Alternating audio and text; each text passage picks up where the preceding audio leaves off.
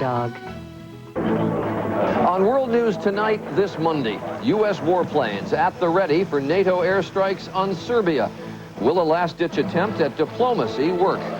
The Washington budget battle, $1 billion going to military projects the Pentagon doesn't want.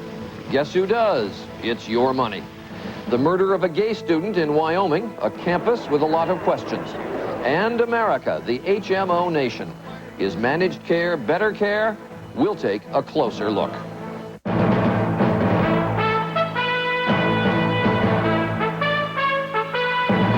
From ABC News World Headquarters, this is a West Coast edition of World News Tonight with Peter Jennings. Sitting in tonight, Charles Gibson.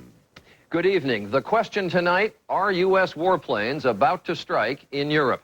In Brussels today, the United States and its NATO allies have been preparing for a vote on whether to authorize military strikes against the Serbs. Over the last several months, Serbia has been cracking down on ethnic Albanians in the Kosovo region of the former Yugoslavia. Hundreds have been killed. More than 250,000 have been forced to flee their homes. But so far, diplomacy has not deterred the Serbs. Will it now? ABC's John McWethy is at the Pentagon. John? Charlie, tonight U.S. officials say a deal to end this crisis may be within reach, but NATO is expected to take a step closer to airstrikes anyway, trying to reassure themselves that Slobodan Milosevic, the leader of Serbia, will not reverse himself. It's a negotiating tactic that gives Special Envoy Richard Holbrooke, who arrived in Brussels tonight to brief NATO, maximum leverage as he presses Milosevic on the final details. Holbrooke has had 50 hours of tough negotiations with Milosevic, who only began to bend when the threats by NATO began to look real. Across Europe today, combat aircraft from NATO continued to move into position. F-18s from Canada and Spain, F-15s from the U.S. We are ready right now. If called upon, political authorities said it's necessary to do this. In Belgrade, with tension mounting, Western diplomats and their families rushed to get out of the country. In Kosovo, many relief workers who had been helping to feed the 250,000 refugees were abandoning their positions and heading for safer territory. One positive sign, more Serb police were leaving Kosovo as demanded by the West. But to avoid airstrikes, many other conditions must also be met, and U.S. sources say Milosevic has now agreed to most of them. Immediate peace talks between the Serbs and the ethnic Albanians they rule, a force of 2,000 international monitors in Kosovo to make sure all sides are living up to the agreement, cooperation with the UN War Crimes Tribunal to investigate massacres, and full access to Kosovo by relief workers. The U.S. is also insisting on overflights of Kosovo by NATO spy planes, and they are making the Serbs promise not to turn on the radar of their missile batteries. It is one of many conditions, if violated, could still cause an immediate military response by NATO. Charlie? All right, John McWethy at the Pentagon. In Washington today, America is still without a budget. White House Chief of Staff Erskine Bowles and his deputy John Podesta were on Capitol Hill trying, yet again, to hammer out a deal with Republican leaders in Congress. It could still be days away. In the meantime, Congress has passed a measure to keep the government open 2 more days while they negotiate. It is worth noting that these budget debates are about how the government spends your money, which sometimes is in short supply. But somehow there always seems to be enough for the pet projects of powerful politicians, especially military projects. Here's ABC's John Martin. The yeas are 369, the nays 43. When Congress passed the defense budget, Speaker Newt Gingrich blamed President Clinton for failing to ask for enough money to keep the military strong.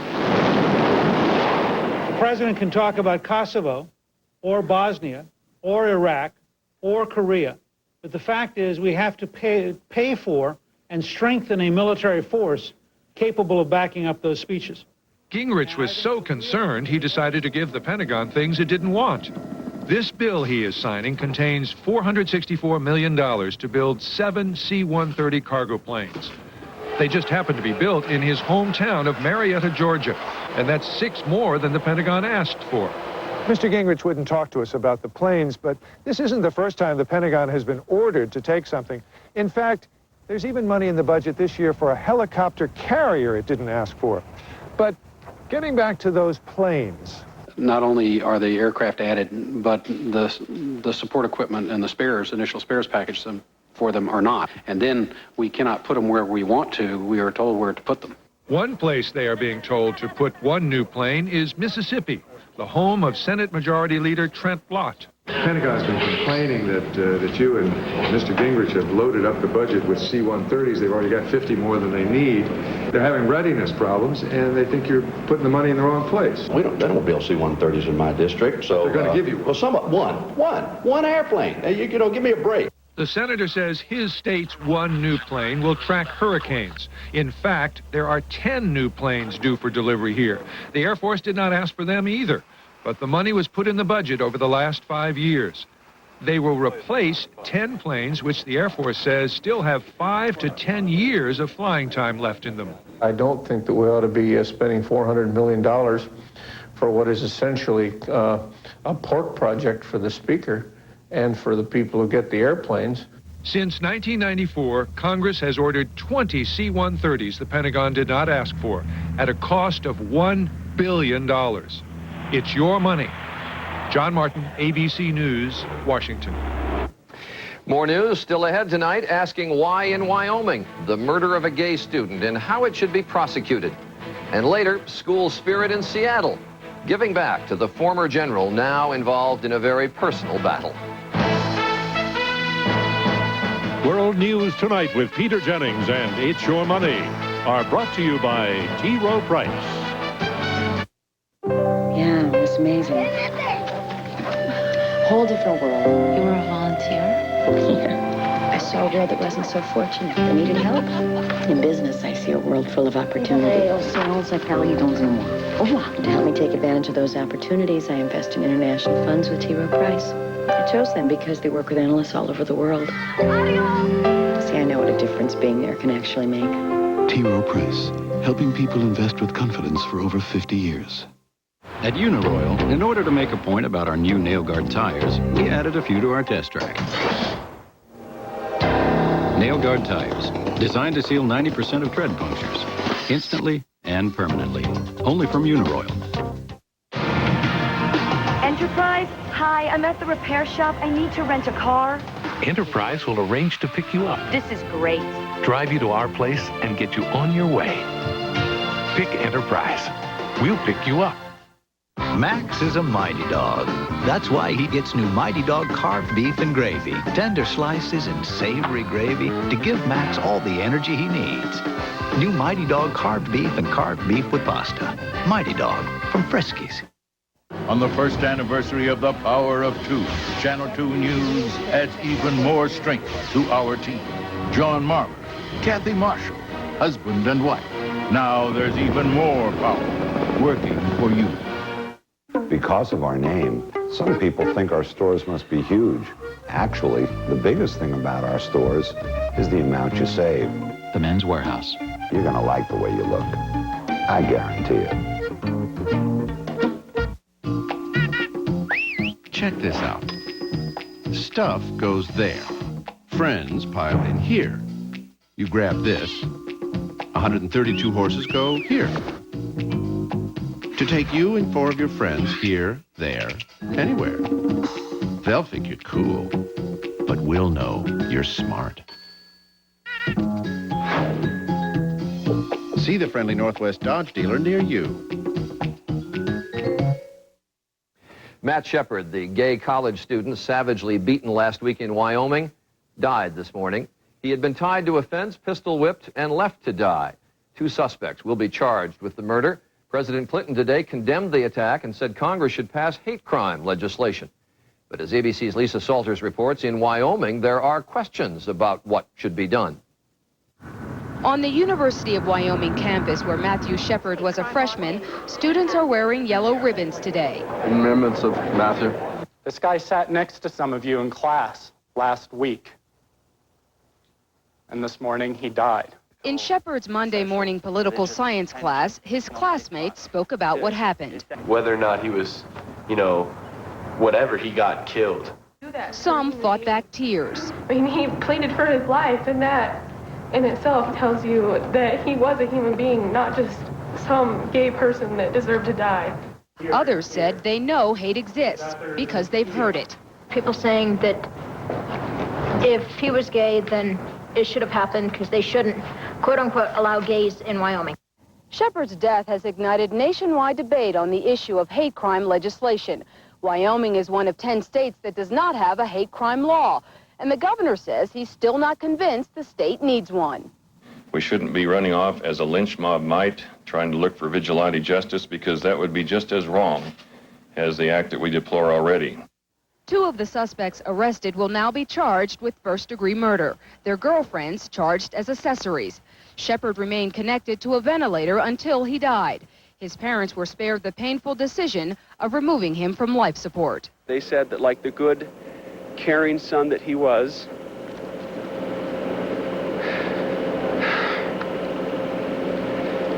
he was able to remove from them the guilt or stress of having to make that decision. A decision no parent should ever have to make.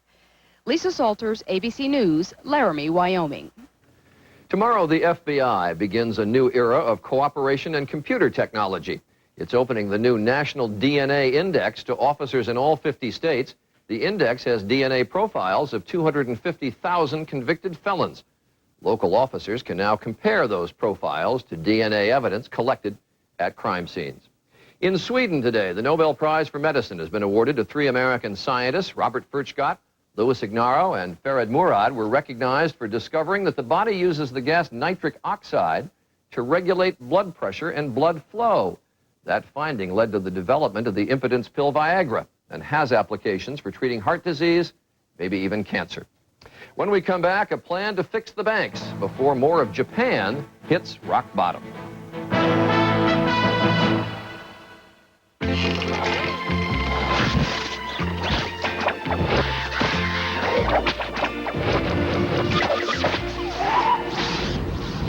It's no mystery why millions of people have moved to the digital home entertainment of DirecTV. Because DirecTV gives them more movies, sports, and a variety of programming they just can't get from cable. So what are you looking at? If it's not DirecTV, see your retailer for a demo today. You're not taking that laxative. Ring. It's got stimulants that may cause cramping. Says who? Says on the label. Don't you know nothing's better than Phillips Milk of Magnesia? All these overnight laxatives have stimulants that may cause cramping. Phillips doesn't. It's the only one that's stimulant-free. And you know, Phillips... She never takes a vacation.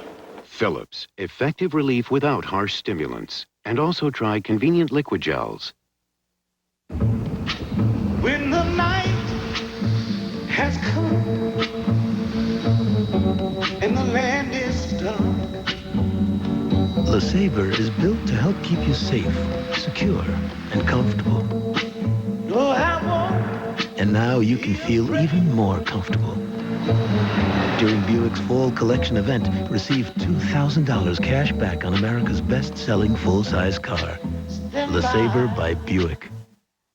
For the 14 million women who worry about light to moderate bladder control, now there's new Double Protection Compose Panty and Pad system. The Compose Panty and Pad fit together for double protection. There's a super absorbent disposable pad, but the real difference is the separate washable panty.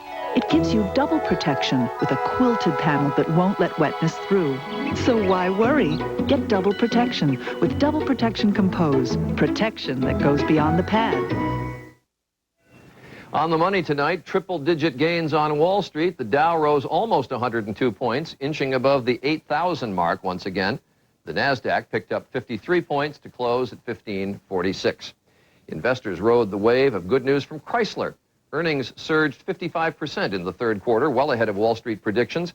Sales of new models helped drive the increase, and the U.S. market was also spurred by news in Japan. Tokyo stocks rose 5.25% upon news of banking reform.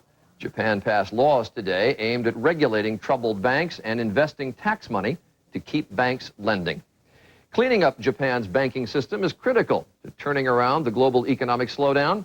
ABC's Mark Litke has been to the northernmost island of Hokkaido, where it's possible to see what could happen all over Japan if the banks aren't fixed soon.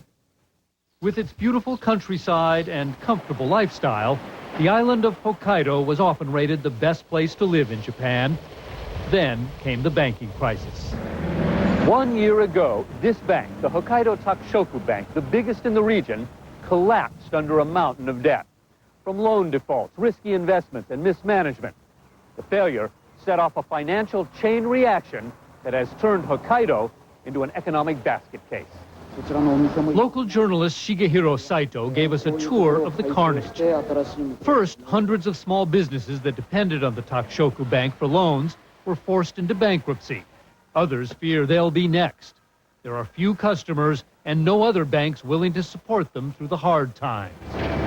Construction, once the biggest employer in the region, has almost ground to a halt. Banks had fueled a decade of real estate speculation here, but massive overbuilding left banks holding billions of dollars in unrecoverable loans. Takshoku Bank held half of them. Next to go, the key tourism industry. The countryside today is dotted with empty hotels and failed luxury resorts. Rural communities that counted on tourists are now ghost towns. In the past year, tens of thousands have lost their jobs in Hokkaido, and shell-shocked government officials say it'll get worse before it gets better. Journalist Saito says people here know there's no more time to waste in fixing Japan's troubled banks. The longer it takes, he says, the more the rest of Japan will look and feel like Hokkaido, and he should know. Saito's own newspaper just went belly up, and he has joined the ranks of the unemployed. Mark Litke, ABC News, Hokkaido. Up next, HMOs, serving more people than ever, but for better or for worse. We'll take a closer look.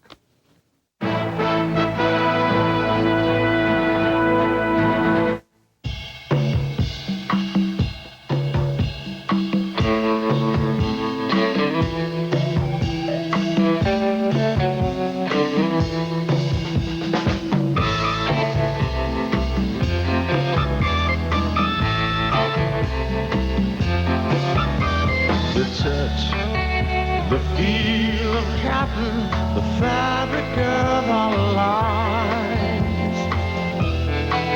Oh, are you lonesome tonight? Do you miss me tonight? Are you sorry we drifted apart? You never know when love might surprise you, so be ready with Scope. Nothing kills more bad breath germs. Its minty tingle gets breath Scope clean and fresh. Scope. Feel the tingle. I'm 64. Is there anything I can do to stop bone loss? Absolutely. Here's proof. In a landmark clinical study, Caltrate actually stopped bone loss in women at risk for osteoporosis, whatever your age. It's never too late for Caltrate. Life's an adventure because you're over 50 and still exploring. So take the Centrum made just for you, Centrum Silver, with age-essential nutrients specially adjusted to keep pace with your changing nutritional needs. Centrum Silver, it's a great time to be silver. Buy a set of 4 selected Goodyear tires before November 28th and get a $50 or $100 U.S. savings bond. For the retailer nearest you, call 1-800-GOODYEAR.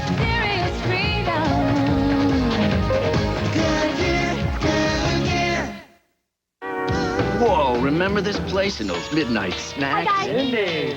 What's up, two dogs with the works? Hey, I can't have one of those now. Oh, watching your figure? No, I didn't take my Pepsid AC, and it's too late now. Didn't take your Pepsid? Take my Tagamet. You can eat now. Tagamet introduces a better way to avoid heartburn. Not an hour before, like Pepsid says. Now. Now you can take Tagamet right when you're going to eat and still prevent heartburn. Mindy? You two, back again? Mindy! With Tagamet, you can eat like a kid again. This week, we're going to take a closer look at managed health care. 150 million Americans are in managed care. We are now the HMO nation.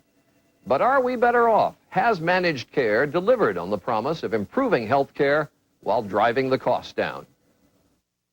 Just look at how managed health care has grown since the mid-'80s, compared with the old system where you could go to any doctor and then submit the bill to your insurance company. Along the way, the nation has been terrified by the change. We've all heard the HMO horror stories. We in the media tell them all the time. Yet according to the most recent polls, 80% of us are satisfied with the care we are receiving today. I've not had a problem seeing a doctor when I needed to see a doctor. I feel the quality of care is very good. If there has been a physician that I have not liked, they've been very helpful in letting me switch to someone else. 600,000 doctors work in 6,000 hospitals in America, and the simplest explanation of managed care is that it links many of those doctors and hospitals into a more efficient system. The patient is a cost unit. Cost and care are administered by insurance companies. It's made us better because we have recognized now the value of standardizing our care, measuring outcomes, and being responsible for our outcomes. Still, there are sacrifices. As managed care has occupied a higher percentage of my time, the amount of time I spend with patients has probably decreased proportionally. As one's coming in and one's going out, sometimes you sort of feel like you're working a little on an assembly line. As America has become an HMO nation, there have been significant savings. Insurance companies have cut premium costs for corporations to win new customers, to get market share in a competitive environment. But that can't obscure the fact that the cost of medical care itself continues to rise. America's annual health bill in 10 years will be $2 trillion, twice what it is now. Raising the question, when costs and premiums do go up, will America be so satisfied with managed care? There is one group of people that is particularly satisfied with managed care, more than satisfied, actually. We're talking about people on Medicaid, the government program to provide health insurance for people on welfare. About 20 million Americans on Medicaid now receive their health care through managed care. Here's ABC's George Strait. It is difficult to find critics of managed care at this clinic. I take care of all the needs for my children right here. I have nothing to really worry about because I have my doctors here. Surveys show people who have the least, the poor, like managed care the most. Here's an example. In the Bronx, New York, immunizations are up 20% since 1994, and the number of low birth weight babies has fallen below the state average. In middle-class America, the move to managed care has mainly been driven by cost. It's different when we talk about serving poor people. We saw managed care as the way to improve care. Across the country, there are 349 companies managing the care of about half of the people on Medicaid, the government's health program for welfare recipients. Managed care has given millions of people more access and more choice than they have ever had. I had it. What times was it 6? Anna Rios and her daughters suffer from chronic asthma and migraines. Before joining an HMO, they were constantly in a hospital emergency room for medical care. Take a deep breath. Anna says HMOs opened her eyes to what good medical care could be, particularly for her children. They looked over this child with a fine-tooth comb. As a mother, I said, this doctor cares. You know, it like blew my mind away because nobody had ever given any of my children that kind of physical. Providing quality care for people unfamiliar with the healthcare system takes extra effort. For instance, visiting nurses have to go to homes to teach preventive care. When we're in the green zone, we're getting better. Right. So maybe we're doing what is right. But all of this is very expensive. Many states who pay most of the bills have begun cutting back on what they will spend to treat the poor. This has prompted dozens of managed care companies to pull out. This HMO alone said half of its losses were attributable to only 5% of its clients, those on Medicaid. If this trend continues, the gains in health care achieved by Anna, her family, and millions of other poor Americans will now be at serious risk. George Strait, ABC News, New York. Tomorrow, we'll take a closer look at managed care and the elderly. Are they being left behind? And all this week, you can find a slew of information on managed care on our website, abcnews.com, on the internet, or America Online. When we come back, a general's personal fight in Seattle and how his troops are right there with him.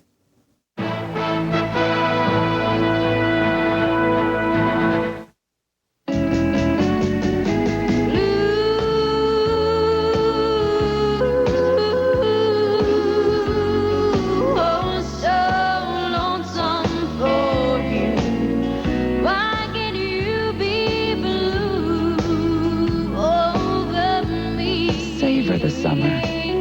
Lie Lobster, specially priced at $14.99. A warm reminder that at Red Lobster, the season isn't over. We asked elementary school teachers to try Motrin IB instead of Advil. This is the place for headaches. I got a real whopper of a headache right now. We thought this would be the perfect place to try Motrin IB. I get aches and pains all day long. Nothing, not even Advil, has been proven to work better than Motrin IB. Okay. Doctors have prescribed the medicine in Motrin IB more than any other pain reliever. My headache is gone. Feel better. Beautiful. Now it's Motrin IB, spoken here. I could teach another 20 years this stuff. Maybe not. Excuse me, I just need to get my bag. Excuse me.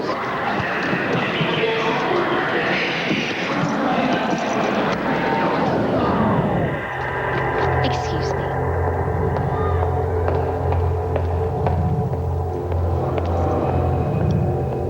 It's more than a car. It's a state of mind.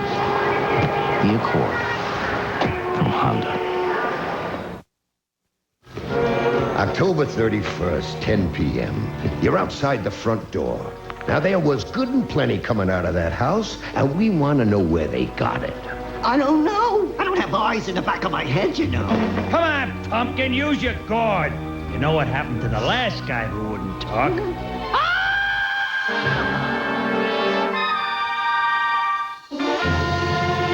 Come on, Jacko, spill your guts. I already did. These days, seems like everybody's got a Cherokee or an Explorer. Me? I like to stand out a bit. That's why I drive a Subaru Outback. With a big cargo bay and all-wheel drive, you get all the sport utility you need. But with the smooth ride and better gas mileage, the Outback is far from ordinary. Like me, really.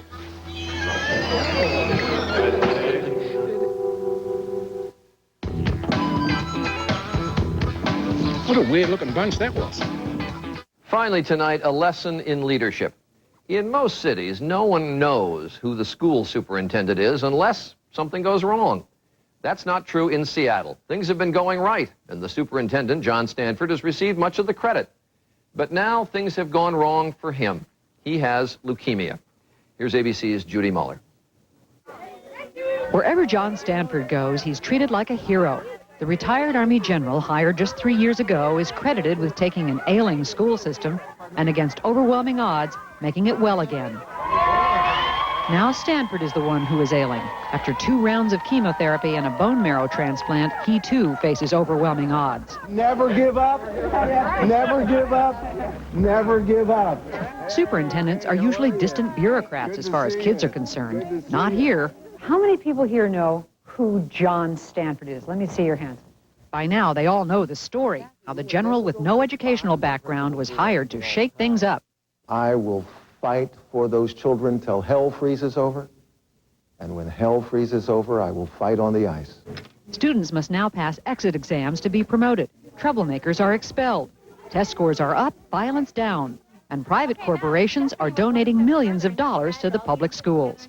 I have never in my life met anyone who could galvanize a city the way he has. And now the city is trying to give something back. Citizens have raised more than $500,000 for a book fund in Stanford's name. One group of students raised money with a 2,000-mile bike trip. It's like, man, if he's struggling, do I make excuses for myself? He doesn't just sit behind his desk and tell people to do other stuff. He goes out and actually does it. Holy mackerel. And he's still doing his job, even if not at full speed. He's aware that the kids are watching. If I gave up and I didn't use every option available to me, they would know it. And there it is. Their leader gave up. Why should we try? Not to worry. Surrender is not in the man's vocabulary. I am not going to let cancer control my life. I mean, it's not something I'm going to sit around and think about every day. After all, says Stanford, he still has all those kids to think about. Judy Muller, ABC News, Seattle. And that is our report on World News Tonight. Later on Nightline, more on Kosovo and the possibility of military action. I'm Charles Gibson. For all of us at ABC News, good night.